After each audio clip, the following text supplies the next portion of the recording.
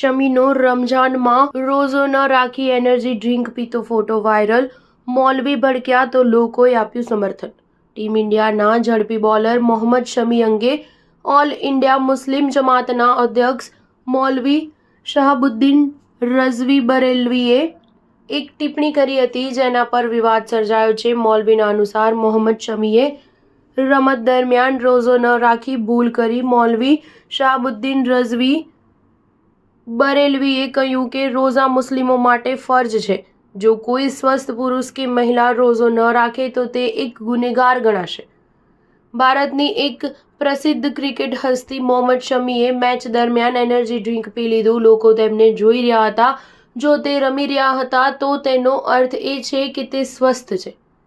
આવી સ્થિતિમાં તેમણે રોઝો ન રાખ્યો અને પાણી પણ પીધું। તેનાથી લોકોને ખોટો મેસેજ જાય છે। શમીએ આવું કરવાની જરૂરત ન હતી। તે એક ગુનેગાર છે। તેણે ખુદાને જવાબ આપવો પડશે। નોંધનીય છે કે ચેમ્પિયન્સ ટ્રોફીની સેમીફાઇનલ મેચમાં શમીનો એનર્જી ડ્રિંક પીતો ફોટો સોશિયલ મીડિયા પર વાયરલ થયો હતો।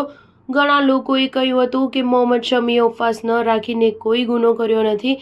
એક યુઝરે કહ્યું હતું કે દેશ હંમેશા ધર્મ કરતાં મોટો હોય છે।